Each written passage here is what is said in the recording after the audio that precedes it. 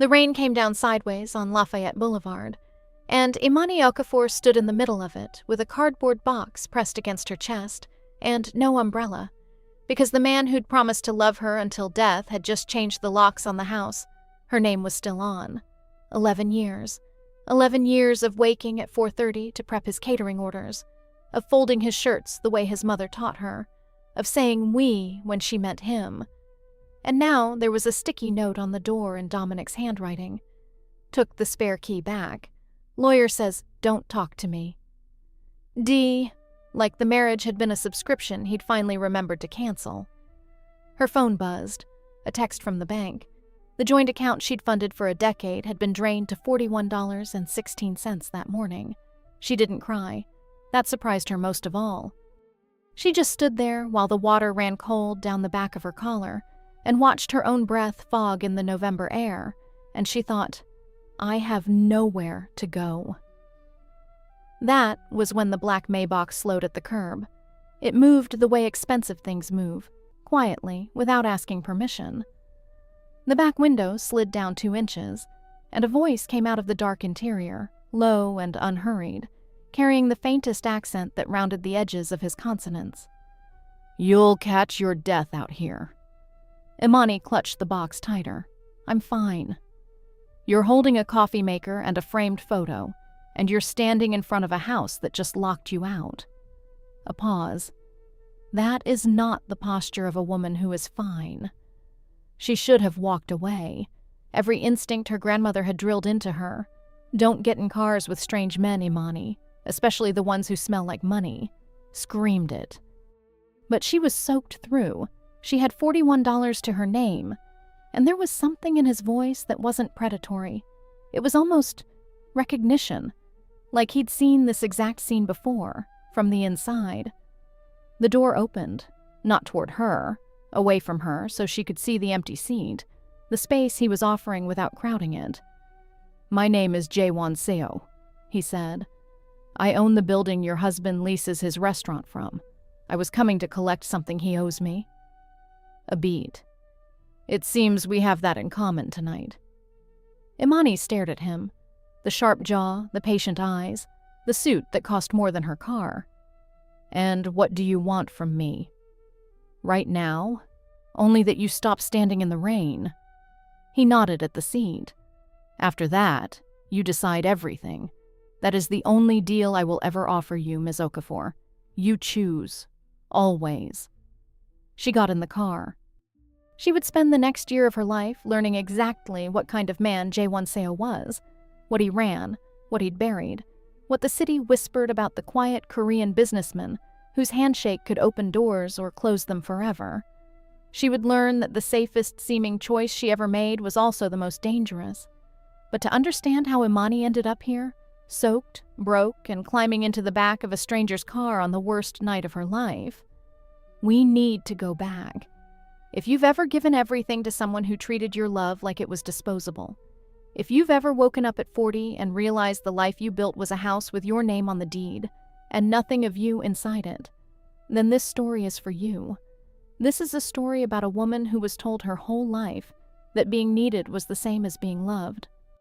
It's about what happens when the needing stops, and you're left standing in the wreckage, finally forced to ask, who am I when I'm not useful to someone else? It's not a fairy tale. I want to be honest with you about that up front.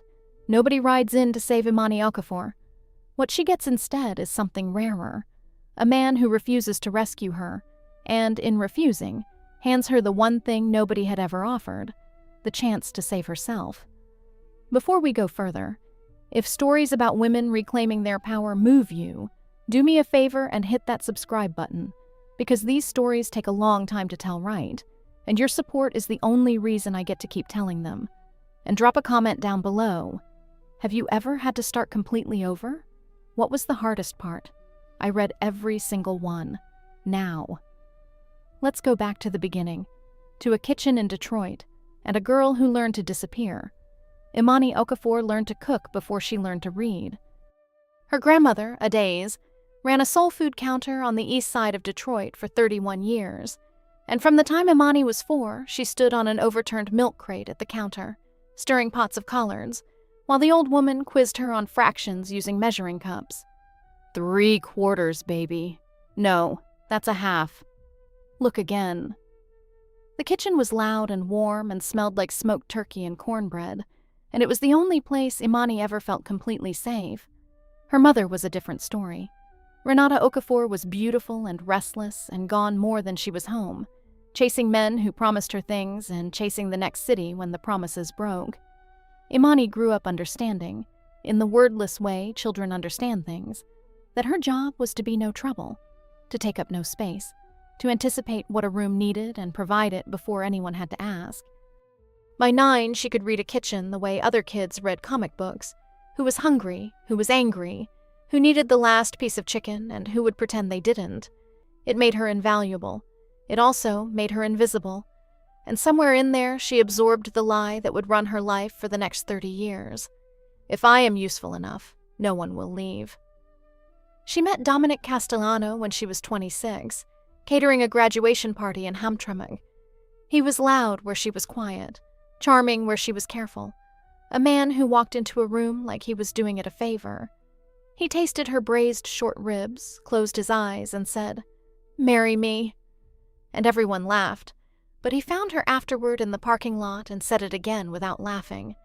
He had a dream, a restaurant of his own, Castellanos, Northern Italian, white tablecloths, the kind of place that got written up.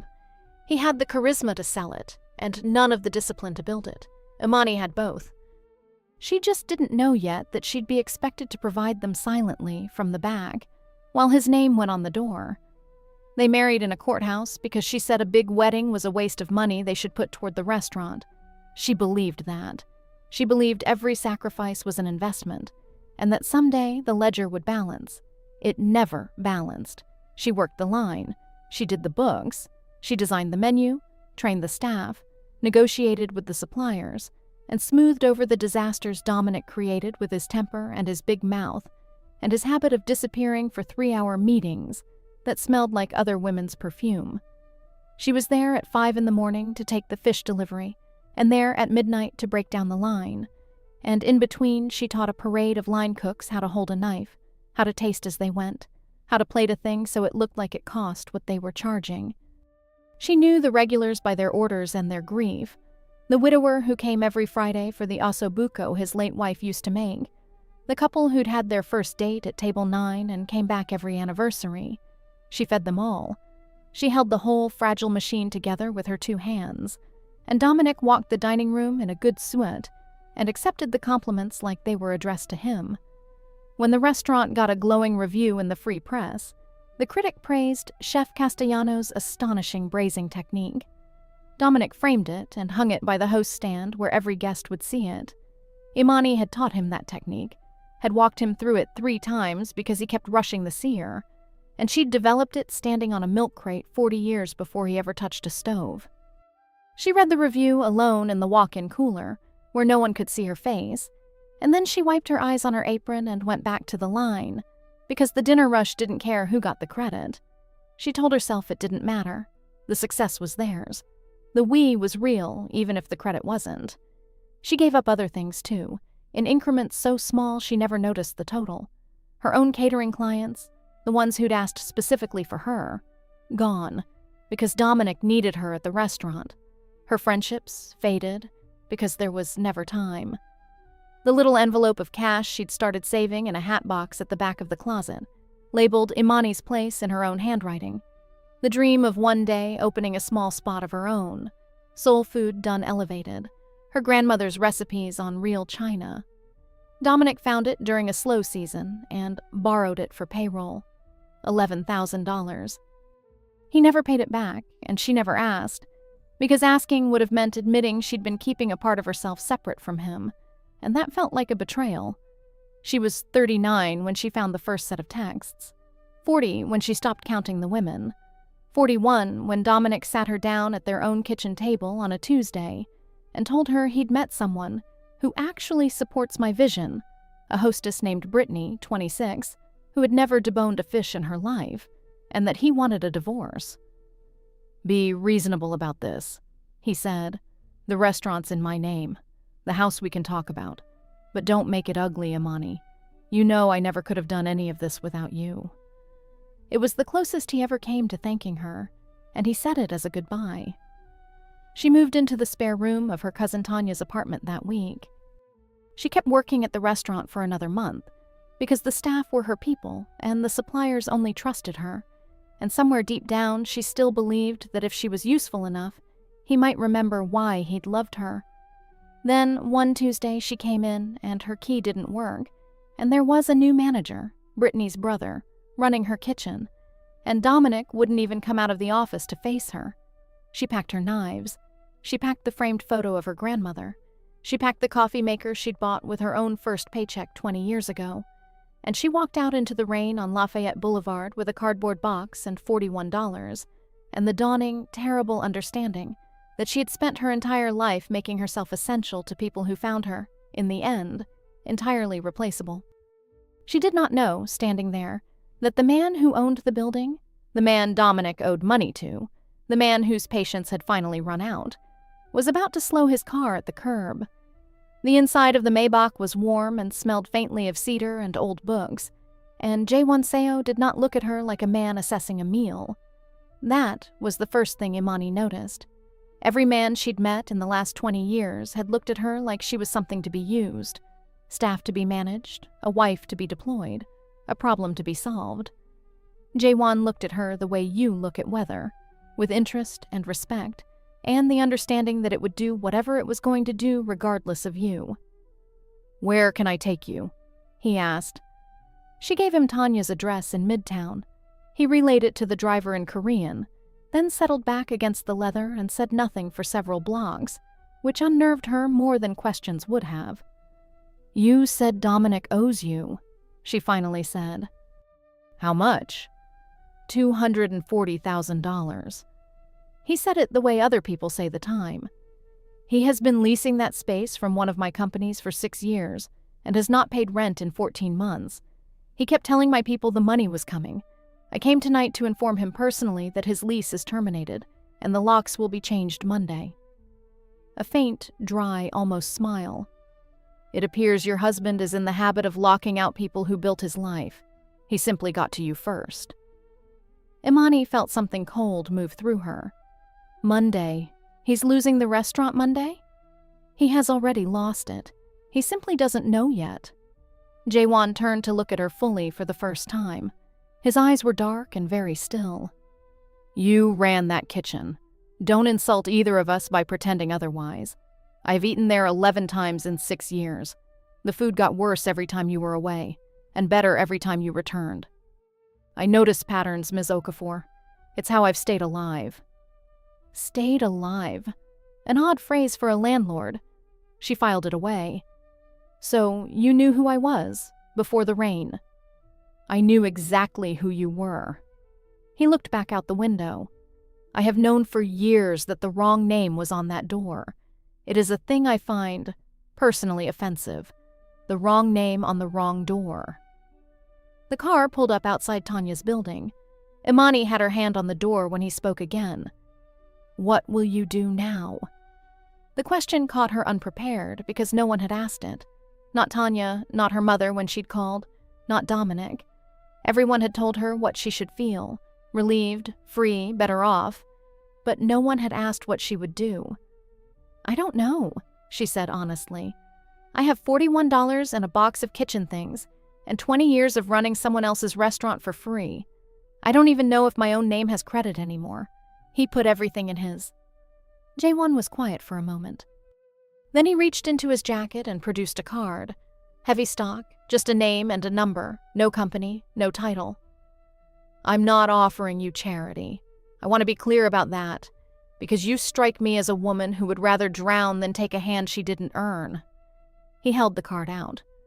"I am offering you a conversation. Tomorrow noon, a tea house on Cass Avenue called Baekdu. If you come, I will tell you something you need to know about your husband's situation, and about an opportunity it creates. If you don't come, I will have my driver bring you whatever you left at the restaurant, and you will never hear from me again. Either way, you owe me nothing." She took the card. "Why would you do that? Help a stranger?" For the first time, something flickered behind the stillness, something old and private and briefly raw. "Because 30 years ago," Jaewon said, "someone found me in the rain, and I have spent a long time looking for the chance to pay it back to the right person." He nodded toward the building. "Go inside. Get warm. The card doesn't expire, but the offer does. Noon tomorrow." She got out. The Maybach pulled away into the wet dark, silent as a held breath, and Imani stood on the sidewalk with the heavy card in her hand, her heart doing something it hadn't done in years. It was hoping. And hope, she had learned, was the most dangerous thing of all. She almost threw the card in the gutter. Instead, she put it in her pocket. And she did not sleep that night, because she kept turning over the one thing he'd said that didn't fit. "It's how I've stayed alive." And wondering exactly what kind of landlord needed to stay alive. She would find out at noon, and the answer would change everything. Baekdu was the kind of place you'd walk past 100 times without seeing. A narrow door between a laundromat and a shuttered nail salon. No sign, just a small jade plant in the window. Imani almost left twice before she went in. Inside, it was another world.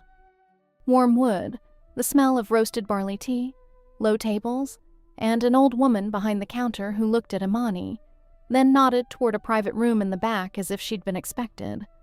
Jaewon was already there, jacket off, sleeves rolled, pouring tea. Without the suit armor, he looked less like a monument and more like a man, tired around the eyes, a thin white scar along his left forearm that she pretended not to see. "You came," he said. "Sit. The tea is good for shock, and you're about to need it." She sat. He pushed a cup toward her and a thin folder beside it. "Before I tell you the opportunity, I have to tell you the truth, because everything I offer you has to be built on it, or it's worthless." He folded his hands. "Ms. Okafor, I am not only a landlord.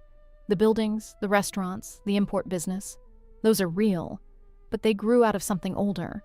My family came to this city 40 years ago with nothing. We survived by becoming the people other people came to when the law couldn't or wouldn't help them. Loans, protection, settling disputes. Over time, it became..." He searched for the word. "An organization. The kind the newspapers use ugly names for. The kind your grandmother would have told you to run from." Imani's hands went cold around the cup. "You're telling me you're..."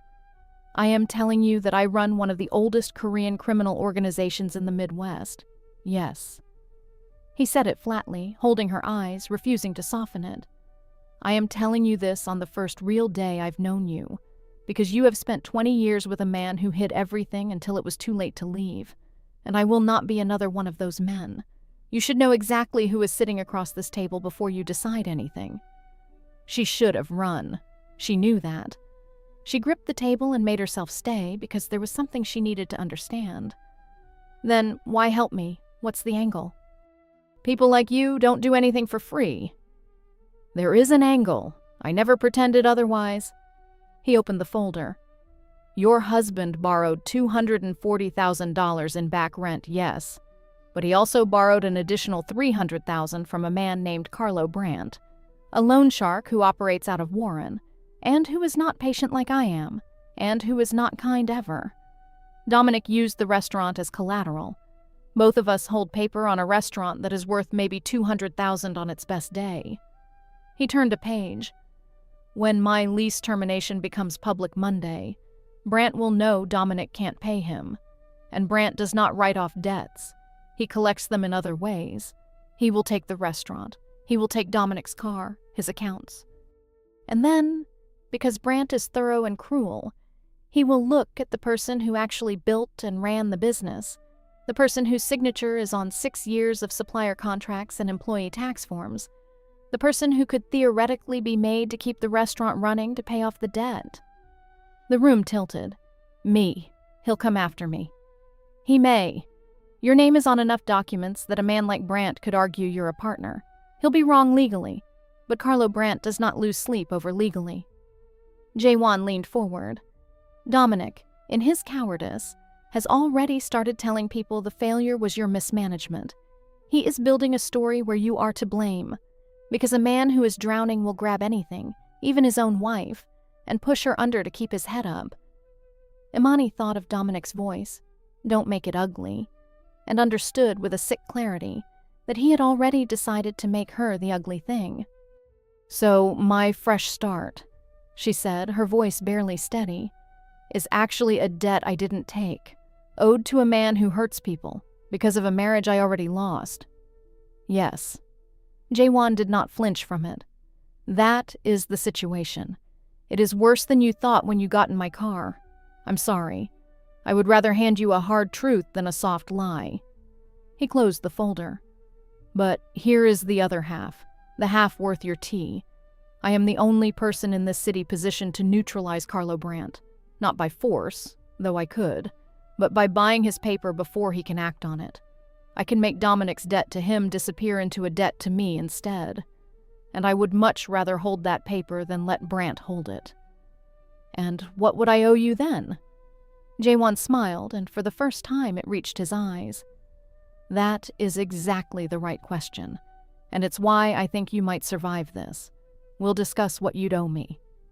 But understand, what I want from you is not what Dominic took, and not what Brandt would take. What I want is something neither of them ever saw in you at all." She leaned in despite herself. "Which is?"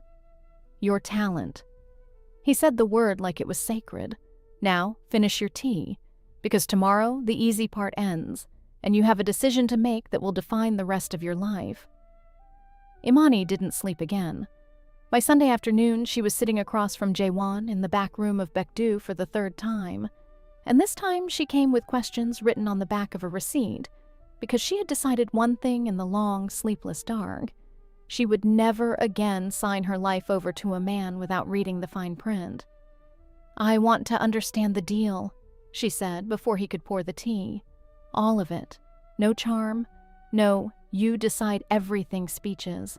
The actual terms." Jaewon set down the teapot and gave a small nod, the way one professional acknowledges another. "Good. Ask." "You buy Dominic's debt from Brandt, 300,000, plus the 240 he owes you. That's over $500,000. What do you get out of it?" "In the short term, nothing but risk. Brandt will be insulted that I stepped between him and his collection. There will be friction." He poured anyway. "In the long term, I get what I always get when I make a smart investment, a return. But the return I'm proposing does not come from you paying me money you don't have. It comes from you doing the one thing you do better than almost anyone alive." He slid a single sheet of paper across the table. It was a lease for a vacant corner property on Woodward, a beautiful old building with tall windows that had sat empty for 2 years. "I own that building. I have turned down 4 restaurant tenants for it because none of them were right. I've been waiting." He tapped the page. "I am offering you the space, rent-free for 18 months, then below market for 5 years after. Build-out capital, kitchen, dining room, everything, comes from me as a loan at 4%, which is half what a bank would charge you if a bank would even talk to a woman with no credit in her own name, which they won't. You open your restaurant, your name on the door, your grandmother's recipes, elevated, the place you kept in a hat box. You run it. You own 51%. I own 49%, and I am a silent partner who never sets foot in your kitchen unless invited." Imani stared at the lease. Imani's place. The words from the envelope made real on heavy paper. "And the debt?" she asked, because it was too good and she had learned what too good cost. "Dominic's debt. Where does that go?" "That is the part you will not like." Jaewon's voice didn't change. "I make the debt disappear regardless. That protects you from Brandt no matter what you decide about the restaurant. I will not let that animal touch you, and that protection has no strings, because I refuse to be a man who makes safety conditional. But Dominic will know it was me who bought his paper, and he will come to you, because he always comes to you when he's drowning. He will beg you to ask me for mercy, to put your name back on his restaurant, to save him the way you always saved him." He held her eyes.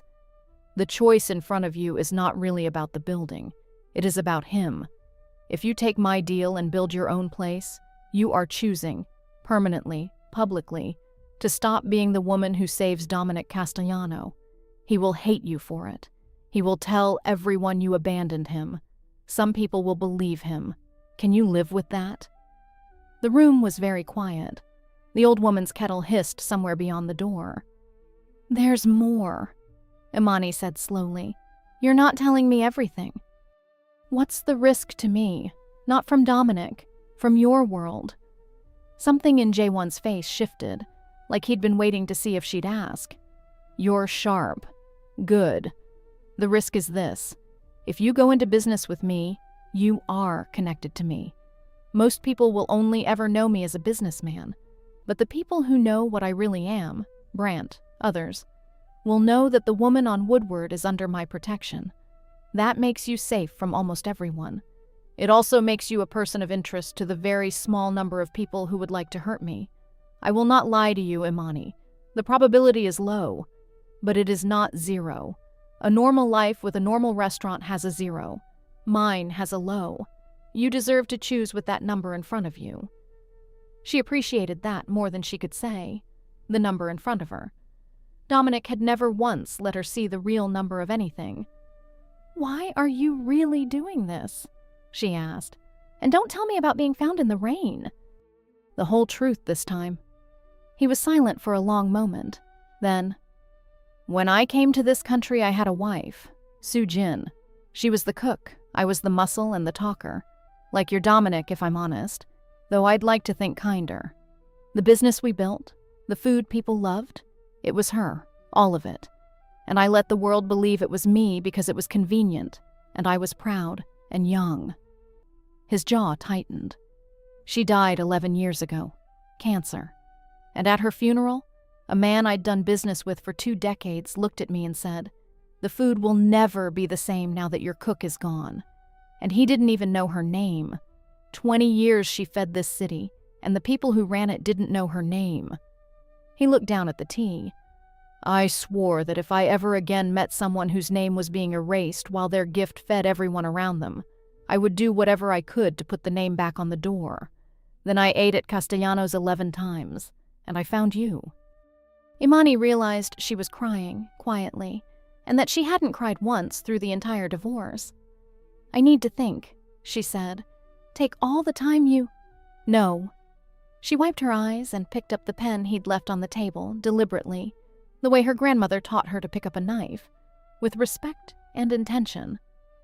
"I've spent 20 years thinking about what other people needed. I'm done thinking. I want the building. I want my name on the door. And I want it in writing that you never set foot in my kitchen uninvited." Jaewon smiled, the full one, the real one. "It's already in Clause 7. She signed. And the moment the ink dried, she felt something she hadn't felt since she was a little girl on a milk crate, stirring collards while her grandmother quizzed her on fractions. She felt like she was exactly where she was supposed to be. The war, though, was just beginning. The first battle wasn't with Brant, or even with Jaewon's shadowy world. It was with paper, and with the slow, grinding machinery of taking back a life that had been signed away one small surrender at a time. Imani's lawyer was a sharp-eyed woman named Yolanda Rees, who worked out of a strip mall in Southfield and charged on a sliding scale and did not suffer fools. Imani spread 11 years of documents across Yolanda's conference table: bank statements, supplier contracts, the framed Free Press Review, tax forms with her signature on lines Dominic had told her were just formalities. "Honey," Yolanda said, putting on her glasses, "you didn't just work at that restaurant. You were that restaurant, and we are going to make a court see that." She tapped a contract. "You negotiated and signed every supplier agreement for 6 years. You're listed as operations manager on the tax filings. He's been telling people you were just the wife. These documents say you ran the entire operation. We're going to file for your fair share of the marital business assets, and we're going to make it very expensive for him to pretend otherwise." For the first time, Imani saw her own life reflected back not as a story of being needed, but as a record of work. Real, documented, valuable work. She'd been so busy being indispensable that she'd never stopped to see that indispensable was a kind of power. She'd just been giving it away for free. She filed, and Dominic, predictably, came undone. He called her 11 times the first day. "You're trying to ruin me. After everything. The lawyers are going to take everything I built." When she didn't answer, he showed up at Tanya's building, leaning on the buzzer, his voice carrying up the stairwell, charming, then wheedling, then ugly. Tanya wanted to call the police. Imani went down instead. He was standing in the lobby in his good coat, the one she'd bought him, and he looked smaller than she remembered. "Imani, baby, we don't need lawyers." "We can talk. We always could talk." "We never talked, Dominic." Her voice was steady, and the steadiness surprised her as much as it clearly surprised him. "I talked. You decided. There's a difference, and it took me 20 years to learn it. This isn't you. Somebody's got in your ear." His eyes narrowed. "It's the Korean, isn't it? SEO. I know he bought my debt. What did you have to do for that, huh? What did you promise him?" And there it was, the old move, the one that had always worked, making her smaller so he could feel bigger, twisting her every choice into something shameful. 6 months ago, it would have landed. She'd have apologized for something she hadn't done. "Here is what's going to happen," Imani said, and she didn't raise her voice. "You're going to stop coming to my cousin's home. You're going to communicate through Yolanda Rees. And you're going to stop telling people I mismanaged a restaurant that got a glowing review for my braising technique." She stepped closer, not away. "You spent 11 years taking my name off everything I built. I'm putting it back. Every single piece. Starting now." She turned and walked up the stairs, and she did not look back. And behind her, she heard Dominic say her name twice in a voice that had no charm left in it. Only the panic of a man who had just realized the thing he'd thrown away had been the engine the whole time. That night, she signed the build-out plans for the Woodward space. The next weeks were a blur of work, but a different kind than she'd ever known. Work that compounded into her own future instead of someone else's. She met with contractors and chose every tile herself. She interviewed cooks. She drove to her grandmother's old neighborhood and sat in the car outside the boarded-up soul food counter and let herself remember. And then she went home and rewrote Adaisa's smothered chicken to plate beautifully without losing a single note of its soul. Jaewon kept his word. He never came to the site uninvited, but he sent things, a case of the right olive oil from his import business, with a note that just said for the cornbread, "If you ever decide it deserves better," a contractor's name when her first one tried to overcharge, the lady who clearly doesn't know construction. When she called to thank him, the conversation stretched longer than they needed to. She told him about her grandmother. He told her, haltingly, about Sujin's kimchi jjigae, and how he'd never been able to find one that matched it in 11 years. They were careful with each other. Two people who'd both learned that letting someone in was how you got hurt. She also did something she hadn't done in 20 years. She took a class, a small business accounting course at the community college 2 nights a week, sitting in a fluorescent-lit classroom with people half her age, learning the language of the things she'd been doing by instinct for Dominic her whole adult life. She'd run a restaurant's finances for over a decade and never once seen the full picture, because he'd kept the bank logins and called it protecting her.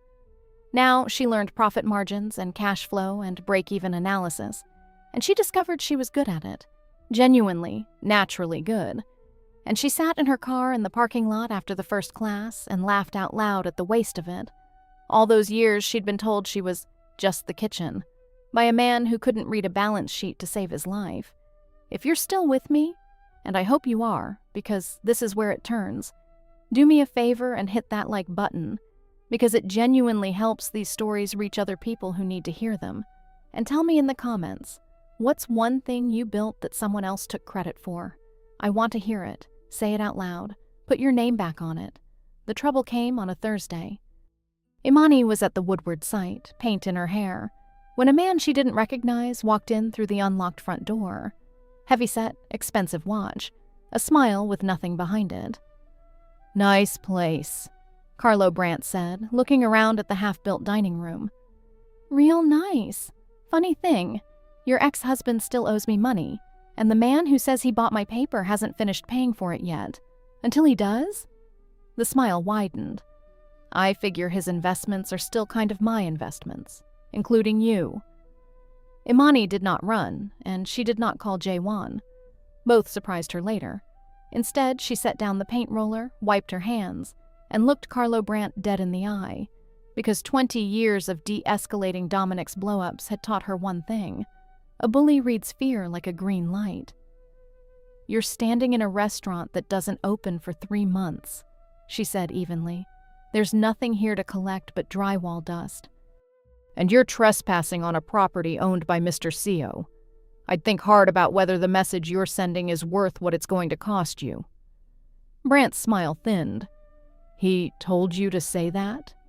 "He's never told me to say anything. That's rather the point of him." She reached for her phone, not to call for help, but to do the thing Yolanda had taught her. "I'm recording, by the way. Michigan's a one-party consent state, which means I'm allowed. So go ahead. Explain to my phone exactly what you came here to collect." She watched it land, watched the calculation move behind his eyes. The realization that the woman he'd expected to terrorize was holding a recording device and citing the law, that this wasn't a soft target, that he'd walked into something. He took a step back. "Tell Seo we're not done," Brandt said, and left. She stood in the empty dining room for a full minute, shaking now that he was gone, and then she did the math on what had just happened. She'd faced down a loan shark with nothing but a phone and a fact about consent law, and she'd won the round. She had. Not Jaewon, not Dominic. Her. She called Jaewon then, not for rescue, but to report. He listened to the whole thing in silence. "You handled that better than most of my own people would have," he finally said, and there was something in his voice she'd never heard from a man before. Not pride in owning her, but pride in her. Full stop. "I'll deal with Brandt. The paper will be fully settled by tomorrow. I was waiting on a transfer, but I'll move it up. He won't have even a pretext to come near you again. But Imani, you didn't need me in that room. I want you to hold on to that." "I'm holding on to it," she said, and she was. The bigger public victory came 2 months later in a courtroom in downtown Detroit. The divorce and asset hearing should have been routine, but Dominic, drowning, desperate, and badly advised, had decided to fight Imani's claim to a share of the business assets by arguing in open court that she'd been a minor contributor to Castellano's success. It was the worst miscalculation of his life. Yolanda Reese was magnificent. She entered into evidence 6 years of supplier contracts bearing Imani's signature, the tax filings naming her operations manager, the original handwritten menu in Imani's hand, dated 2 years before Dominic ever claimed to have developed his concept. And then the masterstroke. She called the Free Press food critic himself to the stand, a fussy, honest man named Gerald, who, when shown the menu and asked who'd created the braising technique he'd praised in print, adjusted his glasses and said, "Well, structurally, this is a soul food smothering method adapted to Italian ingredients. It's quite sophisticated." "I assumed Chef Castellano." Yolanda showed him the dated, handwritten recipe. Gerald went quiet, then said simply, "I appear to have credited the wrong person. I'd like that on the record." Imani watched Dominic's face as the room understood, watched the story he'd told for a decade collapse in real time. He'd built his entire identity on being the genius of Castellanos, and now, in a public room with a court reporter typing every word, the truth he'd buried was being read back to him in his own restaurant's documents.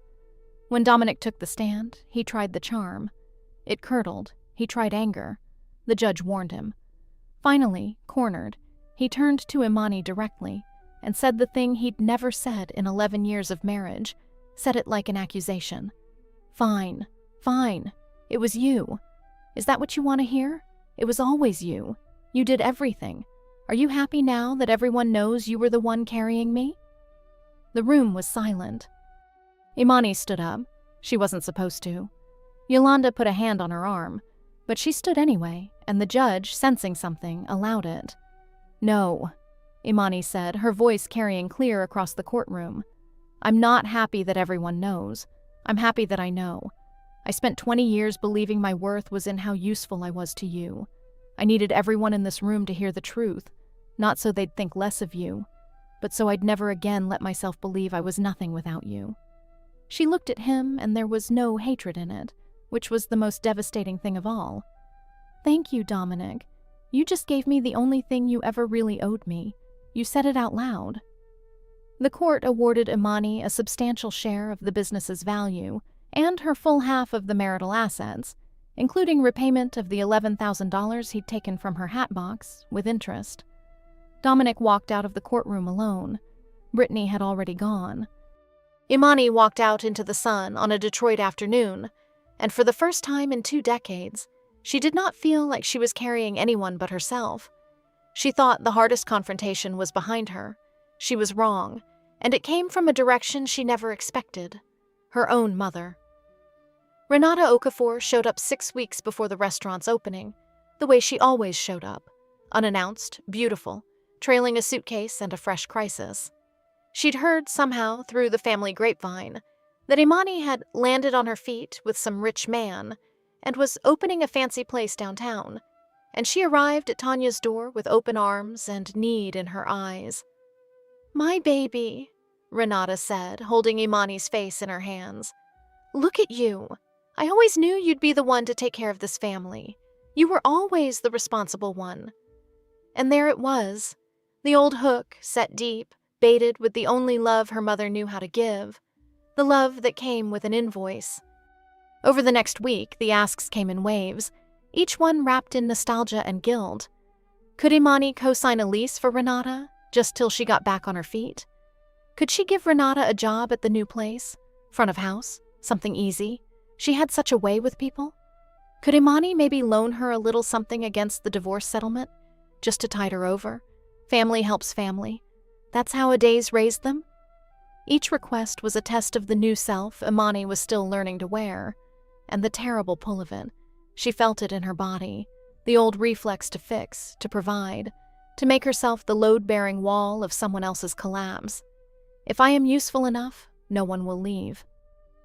Her mother had been the first person to teach her that lie, before Dominic ever refined it.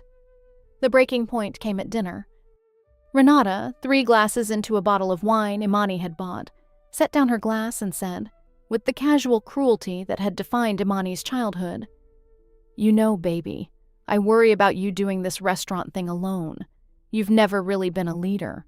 You're a helper. That's your gift.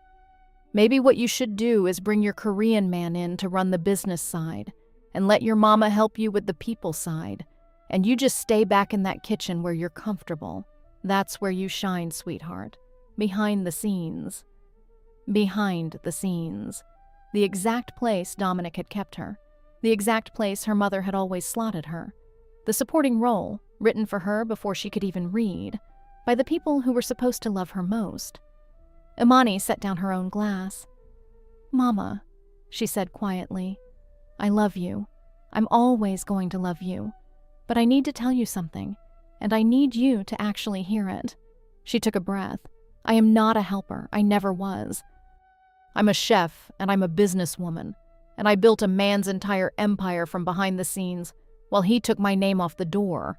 I am done being the woman everyone leans on so they never have to learn to stand. That includes you." Renata's face hardened. "After everything I sacrificed raising you. You left me with Grandma Adays for months at a time. She raised me, and she'd be the first to tell you what you're doing right now." Imani's voice didn't waver, though her hands wanted to. "I'll help you find a place. I'll help you find a job, a real one, not a charity seat at my restaurant that you'd resent in a month. I will be your daughter, but I will not be your retirement plan, and I will not make myself small again, so the people around me feel tall. Not for Dominic, not for you, not ever again." "So that's it? The money changed you?" "No, Mama."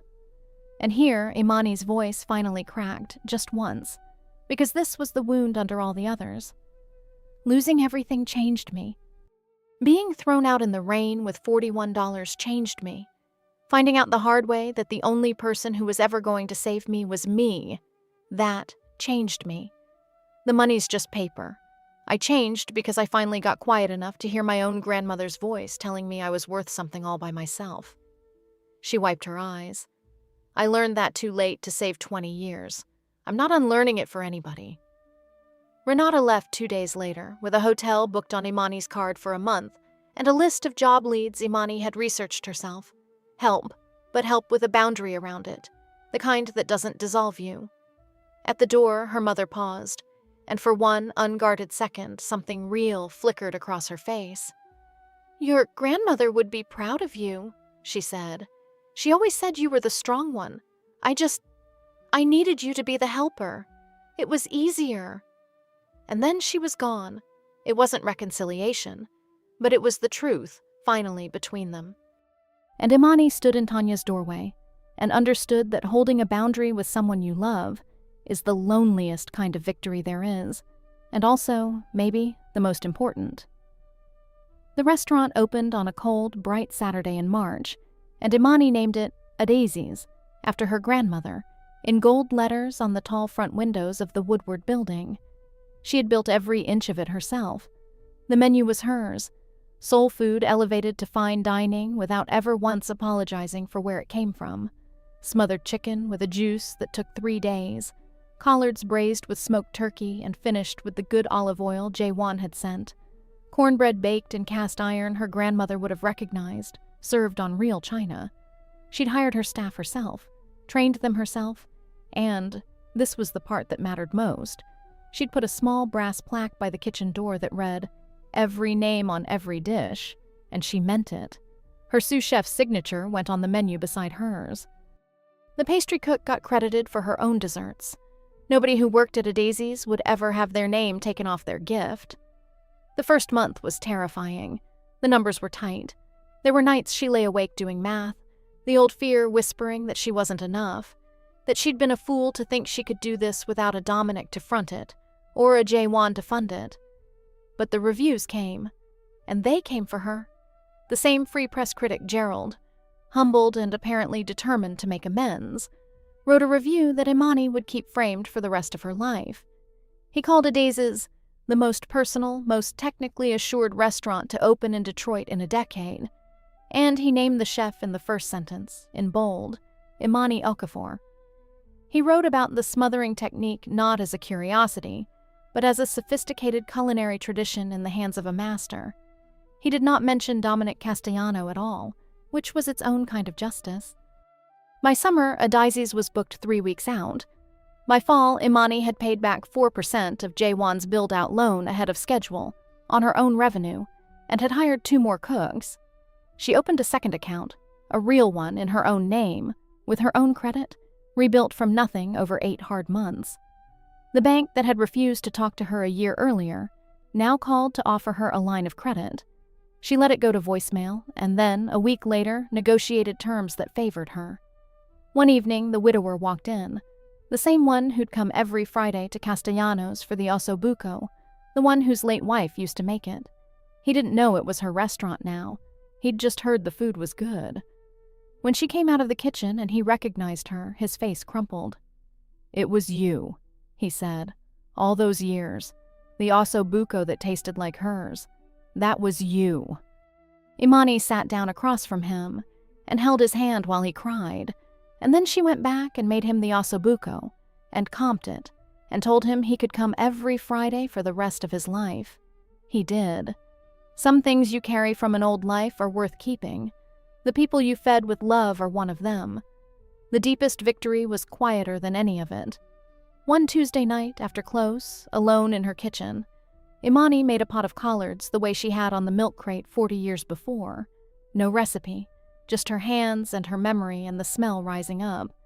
And she realized she wasn't cooking to be useful to anyone. She wasn't cooking to keep someone from leaving. She was cooking because it was hers, the way her name on the window was hers, the way the 8 months of rebuilt credit was hers, the way the life she was standing in the middle of was, finally, entirely, and only hers. She thought about the woman in the rain on Lafayette Boulevard, clutching a cardboard box, certain she had nowhere to go and nothing to offer that anyone would value. She wished she could go back and tell her, You were never the box of things you were carrying. You were the thing that made every kitchen you ever stood in come alive. And one day you're going to stand in your own. She found that, in the years since the rain, she had stopped measuring her worth by how much she was needed. She measured it now by what she built.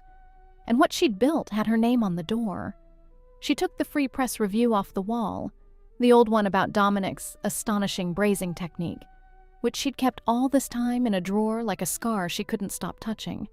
She looked at it one more time. Then she fed it, slowly, into the flame of the kitchen's pilot light, and watched her old life curl into ash, and felt nothing but light. She and Jaewon had been circling each other for a year, two careful people who'd each learned that letting someone in was how the knife got past your guard. He came to a Daisy's the night Gerald's review ran, but he came as a guest, and he asked for a table like anyone else, and he did not set foot in her kitchen, because Clause 7 still held and always would. She sent out a kimchi jjigae she'd spent 2 months developing, not on the menu, made only for him, built from descriptions he'd given her of Sujin's, adapted through her own technique. She watched from the kitchen door as he tasted it. He set down the spoon and put his face in his hands, and his shoulders shook, and Imani understood that she had just given a man who had everything, the one thing money could never buy, a taste of someone he'd lost, made by someone who'd seen him grieve and decided to honor it. When she came out and sat across from him, his eyes were wet. "It's not hers," he said. "It's better. Because it's yours, and it's for her. And she would have..." He stopped. "She would have hired you on the spot, and then been jealous for a week." They laughed, and then they were quiet, and the quiet was different than it had ever been. "I have to say something," Jaewon said finally, "and then I have to give you a complete and honest accounting, because I will not be a man who hides the cost." He folded his hands the way he had at the tea house a year ago. "I love you. I have for some months. But you need to know precisely what loving me means before you decide anything, and you need to know that nothing about it is required." He told her then the full accounting. That he was, slowly and deliberately, dismantling the criminal side of his organization, that he'd been moving everything legitimate for 3 years, that Sujin's death had started it, and meeting Imani had hardened it into resolve, but that dismantling was dangerous and slow, and that for some years yet there would be risk attached to his name, that the protection he gave her was real, and so was the small shadow that came with it, that he would understand completely if she chose a life with a 0 in it instead of a low. He laid it all out, the number in front of her, the way Dominic never had, the way her mother never had. And Imani understood that this was the difference. Not that Jaewon was perfect, because he wasn't. His hands weren't clean and his world wasn't safe. The difference was that he told her the truth and then handed her the choice and meant it. He did not need her. He wanted her, which is a different and rarer thing. And he had never once, in a year, tried to make her smaller so he could feel larger. He had spent the year instead helping her become exactly as large as she actually was. "Here is my accounting," she said. "I'm not the woman in the rain anymore. I don't need rescuing and I don't want a savior. I had a man who needed me to be small, and a mother who needed me to be useful, and I'm done being needed. So I'm not going to love you because you saved me, because you didn't. I saved myself. You just refused to get in the way of it." She reached across the table and took his hand, scar and all. "I'm going to love you because you're the first person in my entire life who looked at my name and wanted to put it on the door instead of taking it off. The risk, the low instead of the 0. I'll decide on that with my eyes open, the way you taught me to decide on everything. But I'm not deciding tonight. Tonight I'm just telling you that I love you back, as an equal, or not at all." "As an equal," Jaewon said, "is the only way I'd ever have you." They built it slowly after that, the way two people build who both know what it costs to lose everything. He never paid her bills. She'd have walked out the door. She never asked him to be safe. He'd have known she didn't understand him. They were partners in the way the contract said, 51 and 49, and partners in the way the contract couldn't say, which was rarer and harder and worth more. There were nights they argued, real arguments, the kind she'd never been allowed to have with Dominic, because Dominic turned every disagreement into a referendum on whether she loved him enough. Jaewon argued like an equal. He'd state his case, listen to hers, change his mind when she was right, and tell her plainly when she wasn't. The first time he said, "You're wrong about this, and here's why," she'd braced for the old cold punishment that always followed, and it never came. He just made his point and poured her tea and waited.